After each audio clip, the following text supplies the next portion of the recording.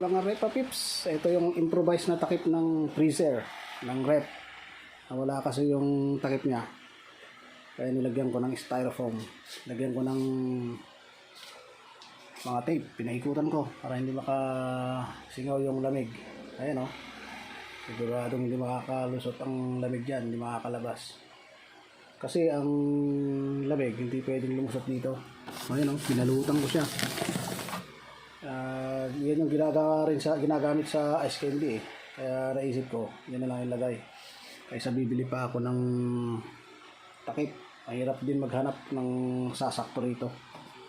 Ayan o, ganda ng lapat o. So yun, diskarte ngayon. Para kung kailangan hindi ka na bumili, huwag nang bumili. Siya pa yung bibili mo, siya rin naman yung function.